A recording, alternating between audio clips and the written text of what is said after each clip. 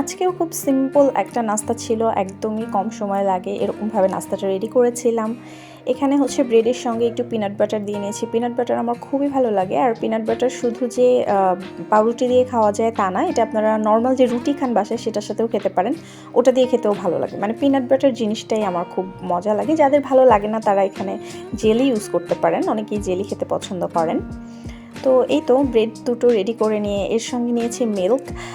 UHT মিল্কটা আমি খাই। এই মিল্কটা আসলে জাল দিতে হয় না, মানে বয়েল করার কোনো ঝামেলাই নেই। জাস্ট প্যাকেট খুলে আপনি সরাসরি খেতে পারবেন, এবং একবার প্যাকেট খোলার পরে এটার যে কয়দিন ডেট থাকবে সে কদিন আপনি এটাকে ফ্রিজে রেখেও খেতে পারবেন।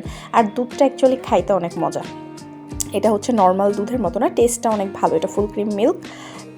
এছাড়াও নাস্তাতে তো অবশ্যই কিছু ফ্রুটস কিংবা কিছু সবজি কাঁচা অবস্থায় খেয়ে ফেলতে পারলে খুবই ভালো হয়। তো আমি এখানে গাজর আর বিটরুট নিয়েছিলাম আজকে। বিটরুট আমার অনেক ভালো লাগে, এমনিতেই কাঁচা অবস্থায় খেতে ভালো লাগে। বিটরুট আর গাজর এগুলো আসলে রান্না করে খাওয়া আমার অতটা পছন্দ হয় না, আমি কাঁচা অবস্থায় খেয়ে ফেলতে পারি এবং এটা ভালো লাগে।